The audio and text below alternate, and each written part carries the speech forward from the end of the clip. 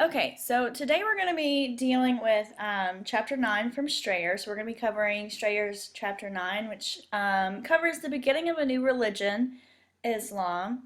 You should have your guided notes to fill in as we follow along. It's going to start with the beginnings of Islam. Make sure that you guys are filling this in. If you didn't get the notes on Friday in class, they'll be in the Google Drive, so you can download and fill them in as we go along.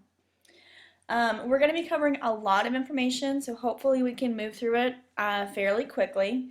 And hopefully this lecture will help you answer some of the questions on your guided reading guides. That's what they're called. Okay, so like I said, make sure you've got your notes and you're following along, filling them out as we go.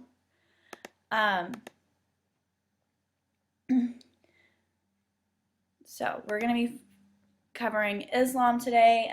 First, we've got to understand the Arabian Peninsula, and we've got to understand this new religion. So we need to figure out what the Arabian Peninsula was like before Islam came around. A lot of it was populated by pastoralist nomads who were going to live with their animals that they domesticated out in the desert.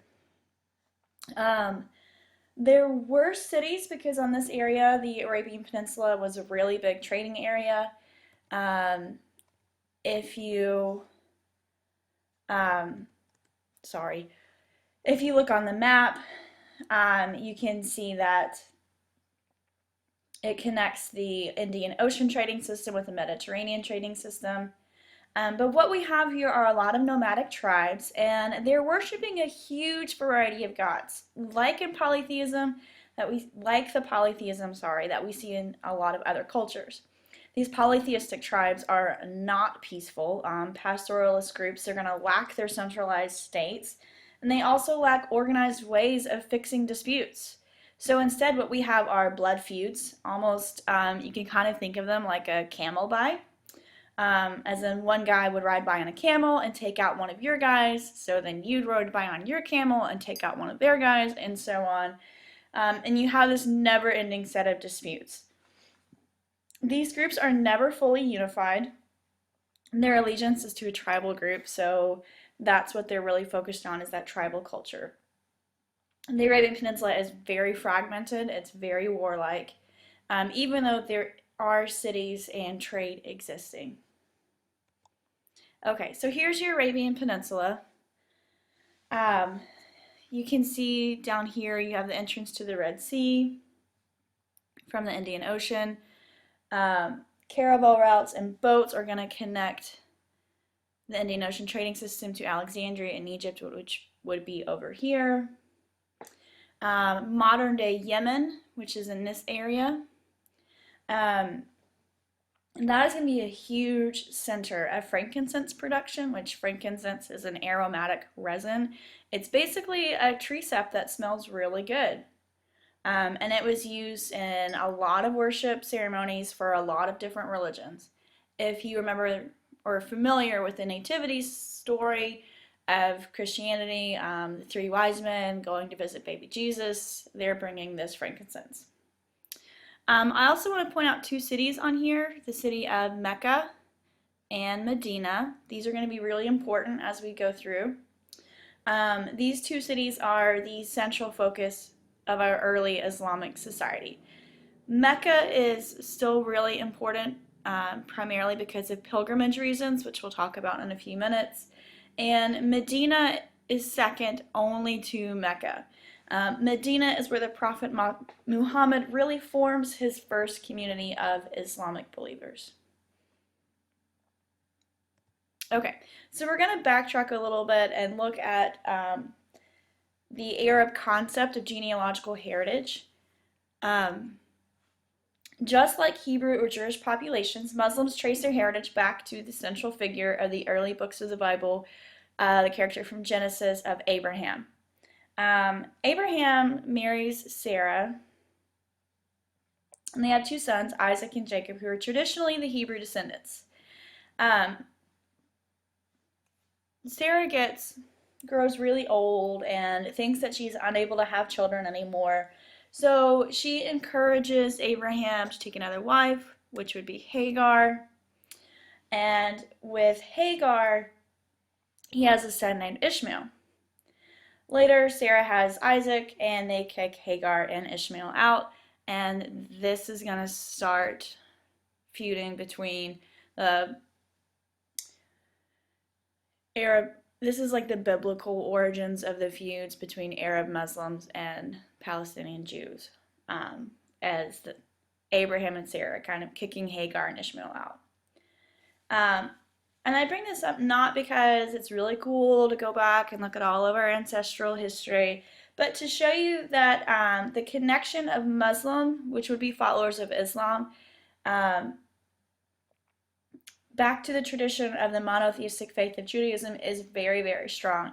And Shayer does a really good job of pointing that out. He talks about the ideas that were really important during the Arabian Peninsula, during the lifetime of Muhammad, and that a lot of people were viewing monotheism as the way that they wanted to go.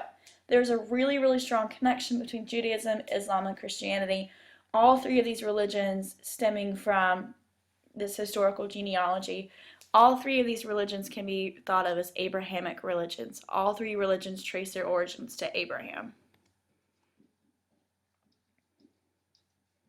Now, there's a really strong connection between the monotheistic faiths of Judaism, Christianity, and Islam through the prophetic tradition.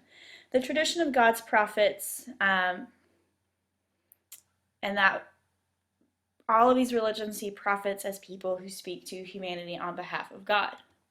The Jewish tradition is going to have your main prophets up through Moses. You have Adam, who is a Judeo-Christian tradition, thought to be the first man. Noah from the flood. Abraham and his sons. If you remember, we talked about Father Abraham had many sons. Many sons had Father Abraham. He kind of starts these religions, especially Judaism, with his covenant with God. Then you have Moses with the Ten Commandments. Christians view Jesus, they put him on that list not as a prophet, but as a Messiah or a deity. So in Christianity, they're going to see Jesus as the Messiah, the anointed one. Muslims, however, are going to see him as a prophet on the same level as these other guys. He's not a god, but he is part of a series of prophets that's going to end with the last and the most important prophet, Muhammad. And he's the guy that the first part of Strayer focuses on. So again, the links between these three religions are very, very strong. Each of them are seen as coming out of this common heritage, this common genealogy, and this common tradition. They all trace back through the same line of prophets.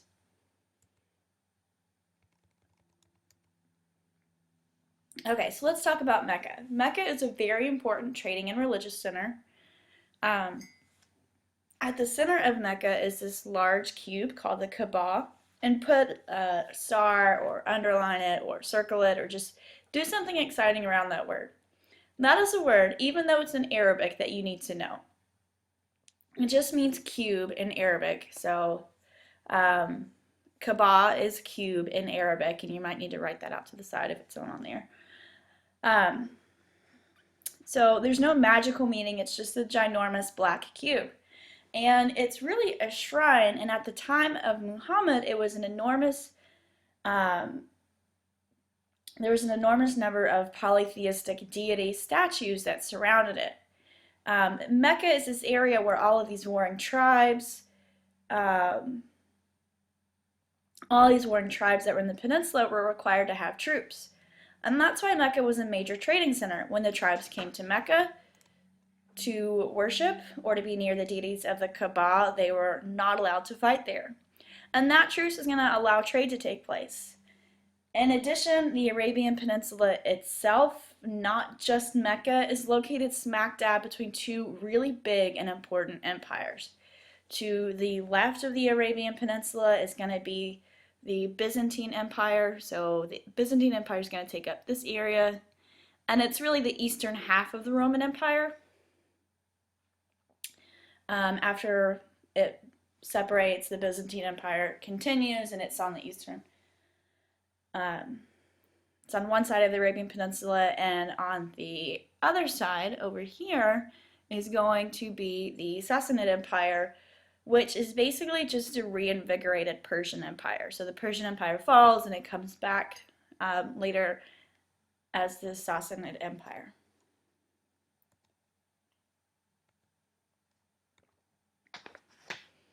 Okay, Muhammad.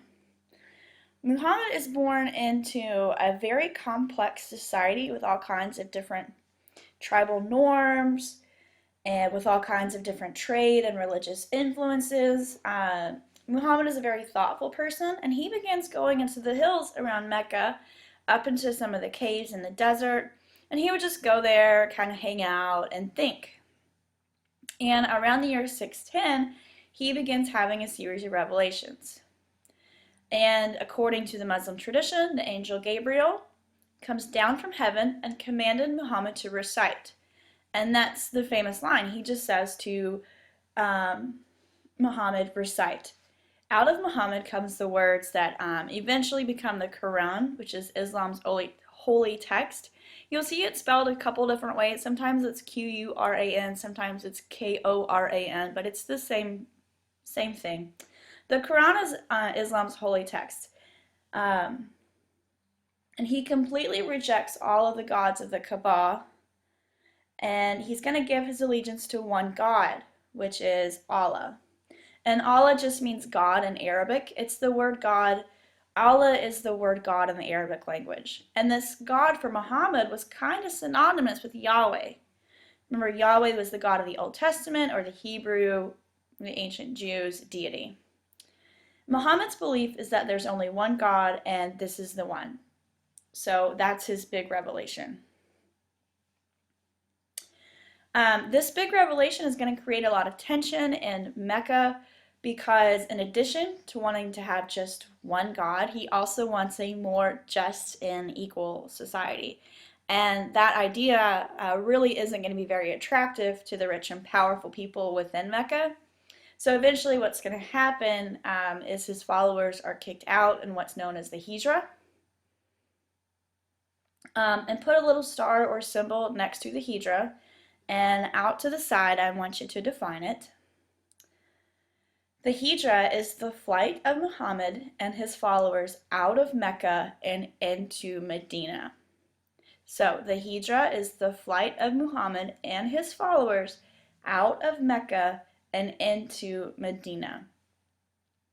And this takes place in the year 622. 622 is the first year of the Islamic calendar. So if you want to know what year it is in any predominantly Muslim country like Saudi Arabia, for example, traditionally the calendar goes from the advent of the Hijra in year 622. Basically, Muhammad is a really big threat to the established powers in Mecca. If, for example, he's going to strike down all of these polytheistic idols around the Kaaba, then what's going to happen to Mecca's ability to be a trading center or a place of truce? So there are a lot of reasons why he gets kicked out of Mecca, and those are just a couple of the really important ones. Okay, so let's talk about the Quran. So the Quran, which we just talked about some, is the holy book of Islam. So it's their version of the Bible. It's their holy text. And it calls for the creation of a new society, or Ummah. Ummah means community, so if you need to write that out, Ummah means community. And it refers to the Muslim community specifically, which means people who follow this new religion, Islam. Again, followers of Islam are called Muslims. If you need to make that important note on somewhere so you keep it straight for basically the rest of your life. And the goal of the Ummah is for it to be based on justice. And again, the Quran has this very special position in Muslim belief and Muslim practice because remember, the angels said to Muhammad just to recite. So the belief is here that the words that are exiting Muhammad's mouth are not just Muhammad's words. He's not writing down like what he thinks about God. He is actually the mouthpiece of God.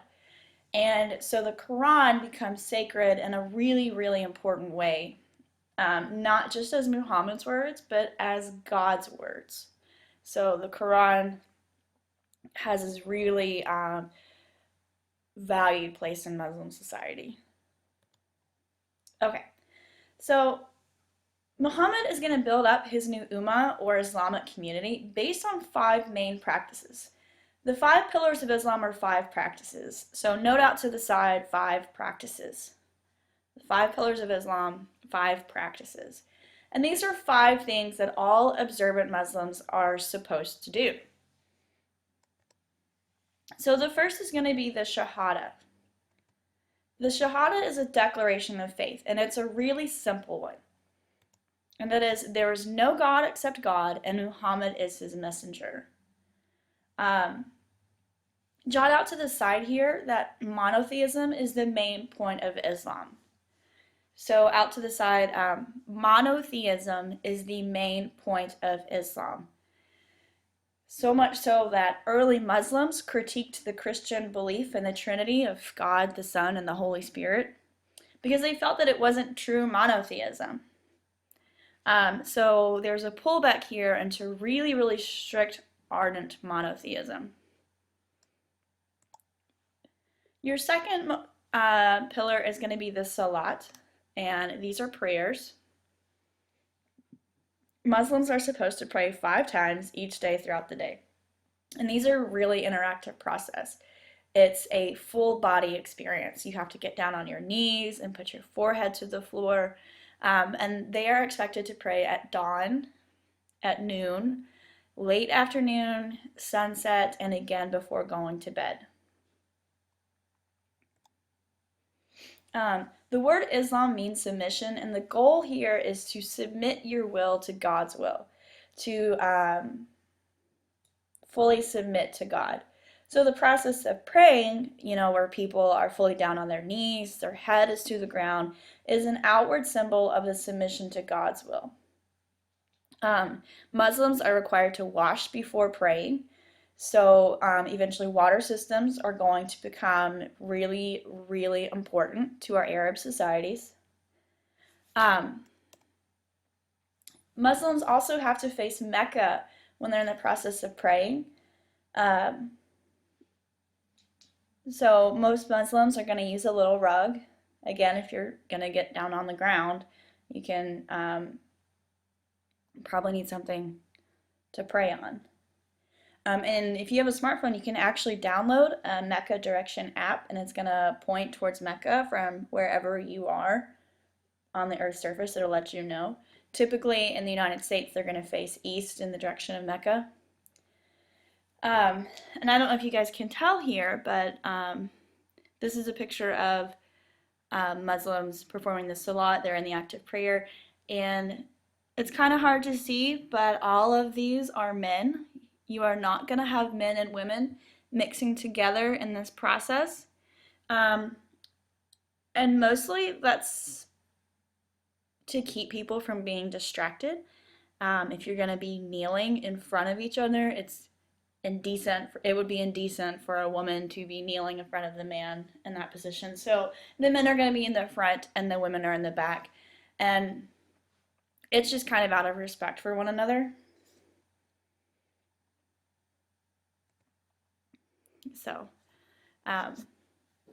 they are going to keep the men and women separated just because it's seen as indecent to have the women kneeling in front of the men, which would, I think, make sense. So here again, you have Muslims in the act of prayer. It is a full body enterprise. You're fully engaged in it. And with the Salat, there are a couple Arabic words to be familiar with. The call to prayer is going to be by the muezzin in the minaret. So the muezzin is this person that's going to perform the call to prayer, and this is your minaret. You can see it's very high off the ground. So in the old days, you would have to, walk up those stairs 5 times a day and give the call to prayer. Now it's usually done through basically PA systems. And on Fridays is when they will have their formal prayer services. In Christian tradition, you might be familiar with the process of going to church on Sundays. That's the holy day for Christians. Sorry if you just heard my dog bark, but that happens. But Muslims are going to observe on Fridays, and this is an example of a really famous mosque in Istanbul. They're very elaborate. They're very beautiful buildings. Okay, so your third pillar is about giving.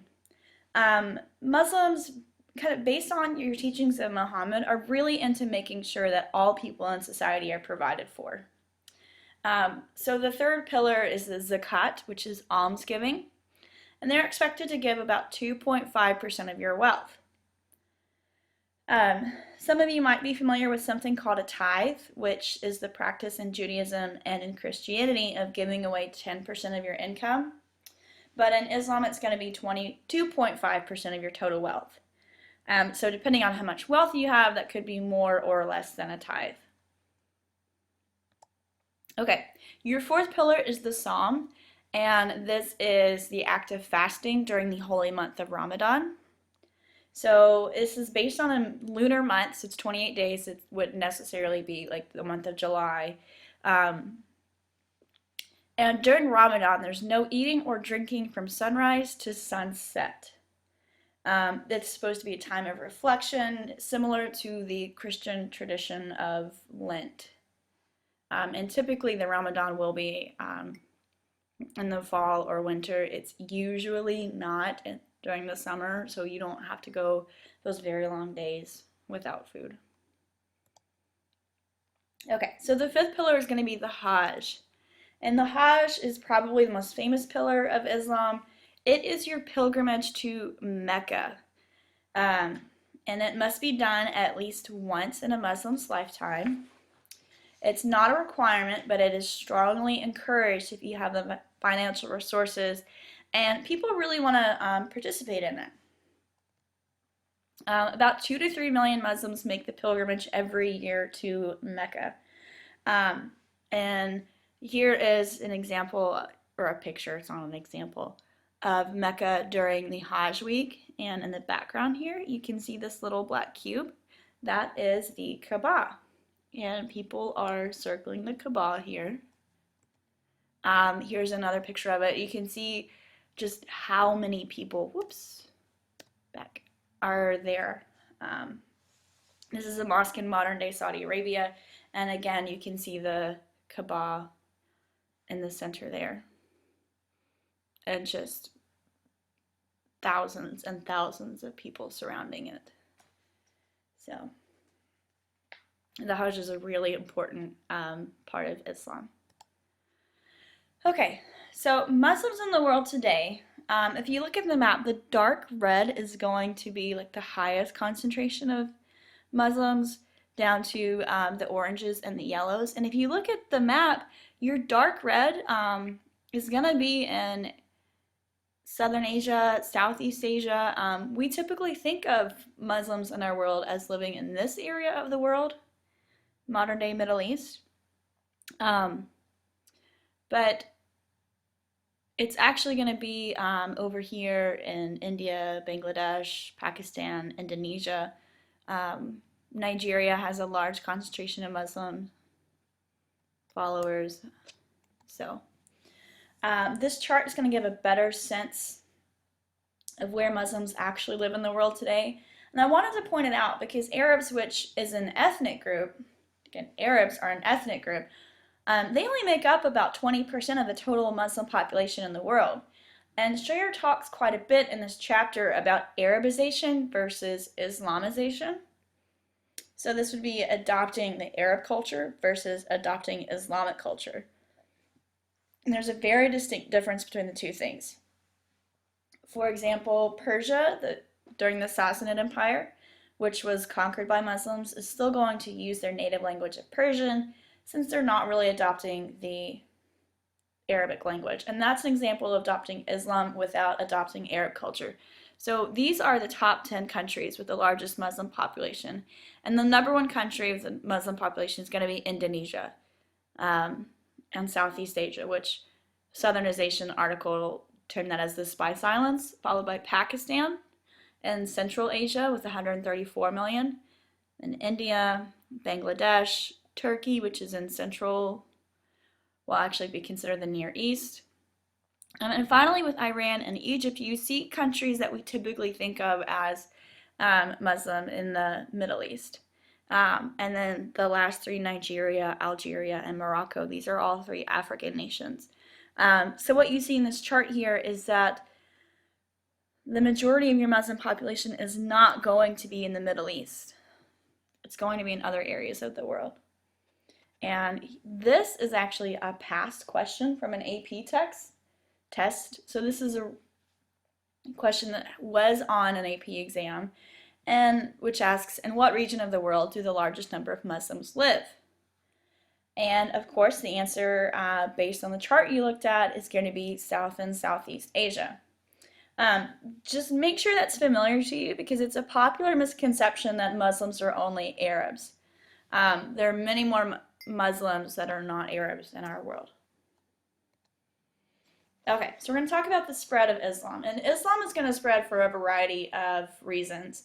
The first is that it's really easy to learn and practice. There are 5 pillars, so if you can count to 5, you can remember what you're supposed to do in Islam.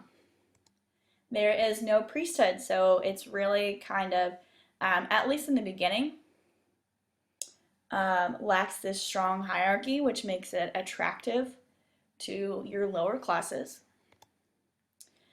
Islam preaches a message of equality, which is a common trait with Buddhism and Christianity, and it allows it to spread very quickly. With Islamic Islam, you follow one law, one body of law, the Sharia law.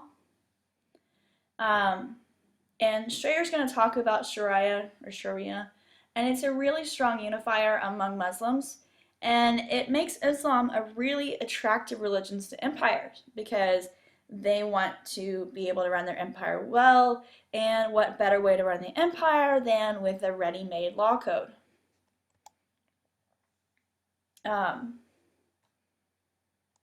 It is portable, it travels quickly along the trade routes like some of our other religions.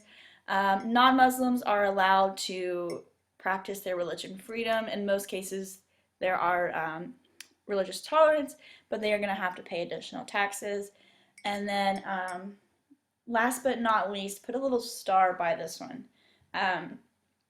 So the empires surrounding the Arabian Peninsula, the Byzantine and the Sassanid empires, are really weak. They've been fighting each other for a number of years, and it's going to allow them to be conquered fairly easily.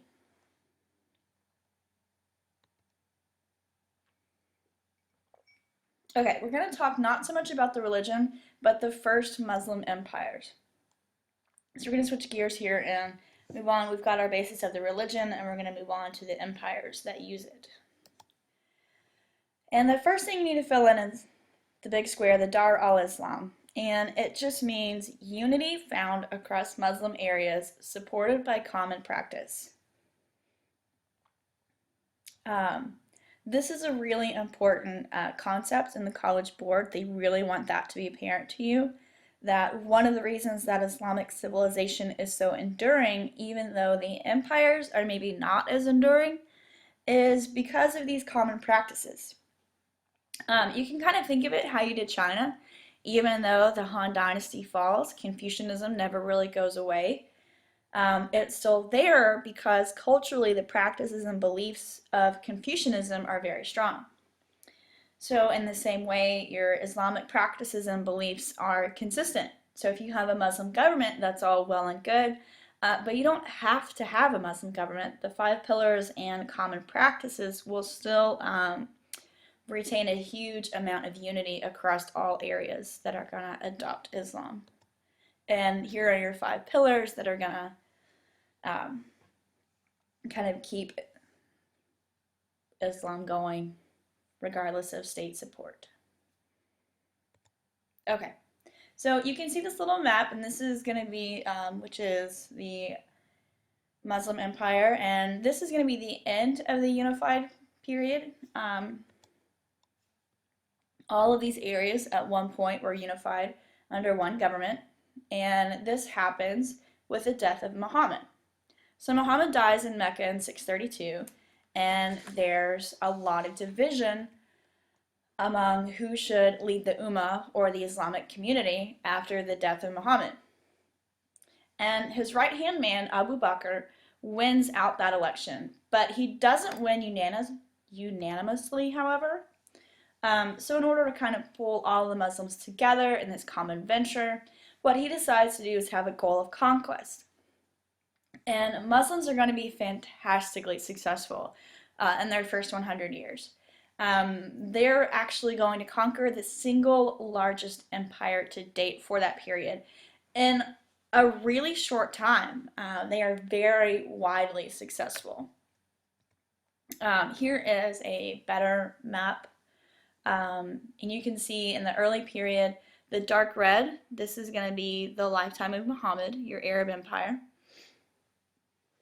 And the dark pink, and then the light pink, you can see as it expands to North Africa and to Spain, and it actually goes further east into Central Asia. So there are several motives for our conquest for this empire. The first one has to do with unity. A lot of our motives have to do with bringing unity to a lot of internal fighting. So in order to quell or kind of stop this internal fighting and unify everyone, Muslims go out and they become conquerors. There's a religious motive as well, of course, in order to kind of spread the religion. But at least at first, and this is a very important note, so I'd like you to start, Muslims discouraged conversions. So put a little star by this one where it says avoided mass conversions. The viewpoint really early on was that Arabs have this special connection in terms of their access to God through Muhammad and all of his revelations.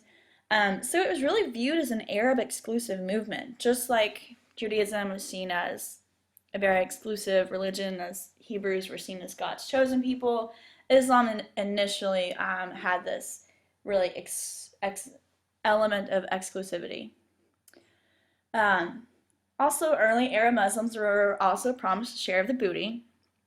And by booty here, we're talking the wealth and just physical stuff that you take from people when you conquer them. And one of the primary ways to get people to go and conquer others is to say, when we conquer them, we'll take their stuff and we'll divide it amongst everyone. And it was a really primary way of motivating people to go out and conquer all this stuff. So one of the reasons that Arabs wanted to avoid these mass conversions wasn't just because of the idea of having this special connection to being Arab and being Muslim, but also the followers of Islam. If you bring more people into Islam, you have more divisions of the conquest booty. So they are kind of greedy, not really wanting to share. In addition, Muslims are going to be taxed at a higher rate than non-Muslims. And these are going to be very strong motivators not to actively convert the population.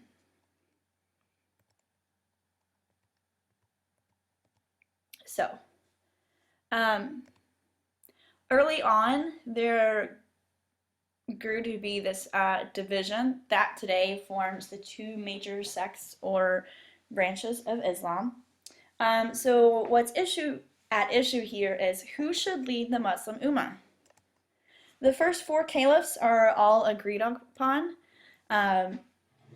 Shayer also talks a lot about this. And circle the word caliph here and write the meaning out to the side. So make sure you guys get the meaning for caliph. And a caliph refers to the person who politically and religiously leads the Muslim community. So a caliph is a person who politically and religiously leads the Muslim community. Make sure you jot that out to the side. It's a very important distinction. So, for example, the Roman emperor was never really viewed as a religious leader. He's just a political leader. And the caliph is a very, very powerful position. It actually has a term. It's called a Caesaro-Papist ruler, which means that you combine the power of the state and the power of religion into one person. So these first four caliphs are pretty well agreed upon, and it gets pretty messy after that. Um,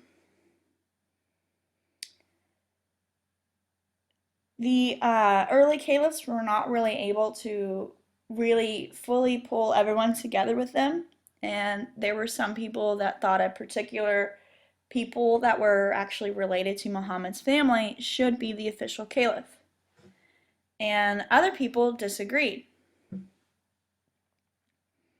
Um, they thought that the position that the caliph does not need to be in Muhammad's family.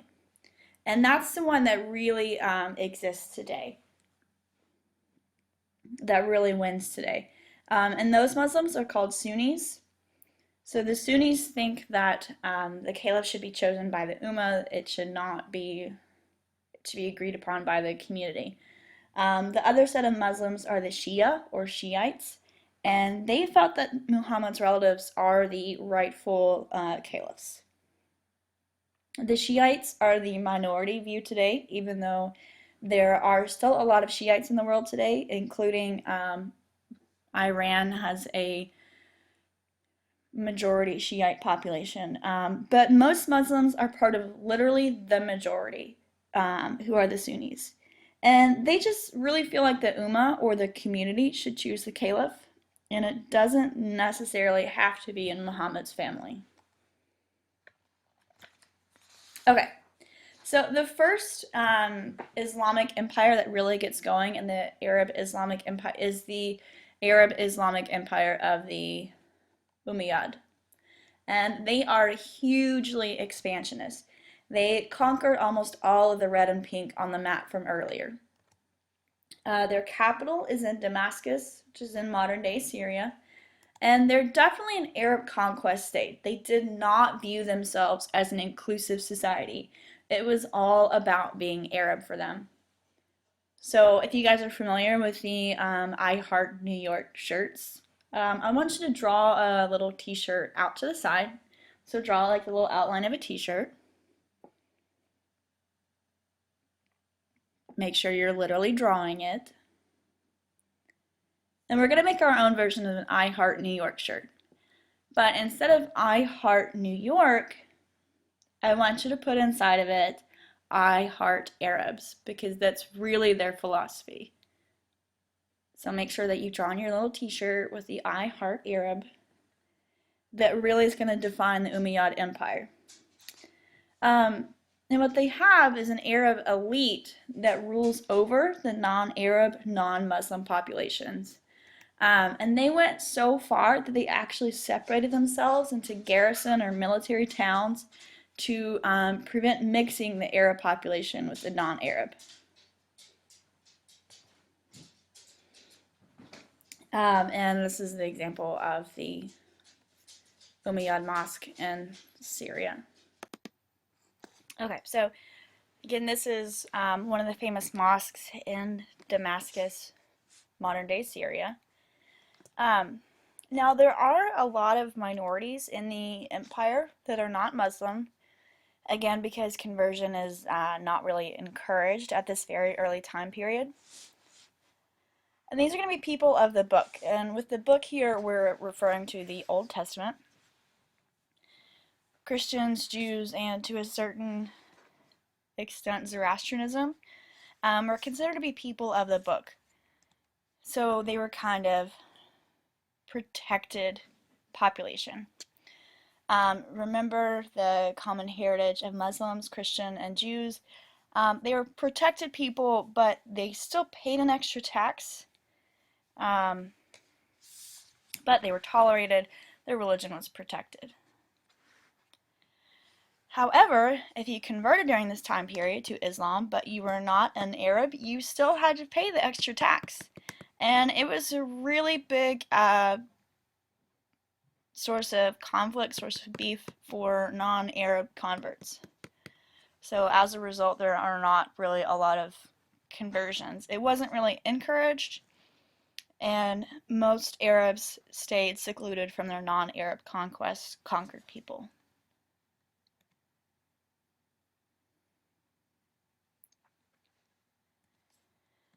Okay, now we're going to talk about family and gender roles. So in addition, at least in the beginning, there's a decent status for women in terms of religion. The idea is that all souls are equal, and women tended to be active in commerce. Even Muhammad's wife was a merchant or trader herself. Um, but there is some pastoralism in their background, and pastoralism, remember, tend to be more equal to women. But over time, just like all of our other religions, they do become more patriarchal over time. And Schreier does a really good job of explaining this in the textbook. So in the beginning, women are pretty considered equal. They're very respected. And over time, it becomes more patriarchal to the extent that, like in modern day Saudi Arabia, women are not allowed to drive. Many Muslim societies require the wearing of the hijab, the head covering. Okay, so eventually the Umayyad decline, and it really doesn't take long for them to fall to a revolt led by a family called the Abbasids. And your non-Arab converts and the Shiites are going to join in this Abbasid revolt. So the Umayyads decline and the Abbasids take over. And the Abbasids have a really cool empire. They're highly centralized. They move the capital to Baghdad in modern day Iraq. And they're going to conquer Persia and actually imitate Persian culture and the government structures because the Persian structures were so old and they were so good. Persia had 1,000 years of experience. So Arabs who had not had a lot of practice governing a huge empire imitate the people they conquer in Persia. And the vizier is the chief advisor to the caliph. And I thought you guys would like this. The character Jafar from Aladdin, he was the vizier, the advisor to the sultan. That was a real job that existed in this Abbasid caliphate, the chief advisor to the caliph or the king. Okay, the Abbasid Empire is definitely an Islamic empire rather than an Arabic empire. Non-Arab converts to Islam are fully integrated into the empire. They have opportunities for education and government positions that are opened up to these people. Lots of conversions during this era because it becomes advantageous. And as Strayer pointed out, there were a lot of attractive qualities about Islam, including that Muslims were conquering everybody. So it led people to believe that their religion was the correct one, that they're able to conquer everybody because God is on their side. The Abbasid economy and their culture, their commerce and culture is very urban. There are a lot of cities and a lot of exchange. And the Hajj allows this really fast idea exchange. Muslims come from all over this huge Abbasid caliphate to the empire, to Mecca once a year, and anything that happens on one end of the empire would be known at the other end through that common practice of the Hajj. There are a huge proliferation or expansion of schools called madrasas.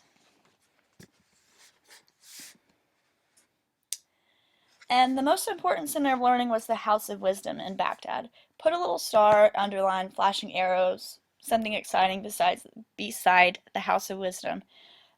This is an area where scholars come together, and it was pretty much like modern universities in our world today. There was a hospital, there were scholars, there were translators, mathematicians, astronomers, pretty much you name it here in the House of Wisdom. They had it going on in terms of academics. They translated ancient authors, especially your ancient Greek philosophers like Socrates, Plato, Aristotle. And a lot of what we know about these ancient philosophers comes to us from the translation and preservation of Arab scholars in this time period, so that's pretty cool. Just like all empires, the Abbasid will eventually overexpand, and because you aren't in the modern period, it becomes very difficult to hold the empire together. Caliphs are going to start hiring personal armies to protect them from Central Asia, and there's an ethnic group called Turks. Turks live in Central Asia, and everybody knows that pastoralists are pretty hardcore. So if you're looking for a bodyguard, it makes sense to go get some pastoralists. And so Turkic pastoralists, Central Asians, pretty much serve the caliphs as slave soldiers. And it's a really unique attribute of the Islamic Empire that they have slaves as their central fighting force. Um, the centralization begins to break down, and eventually Mamluk and Turkic slave soldiers start to really run the government. The caliph becomes more of just a figurehead. And then finally, with the Mongols in 1258, the last caliph is kind of horrifyingly rolled into a carpet and trampled to death by Mongol horses. And that's what's going to end the Abbasid Empire. However, it does not end Islamic civilizations, and Islamic civilization lasts long past that, especially as Turkic groups convert to Islam, and they're going to form empires of their own in our next time period.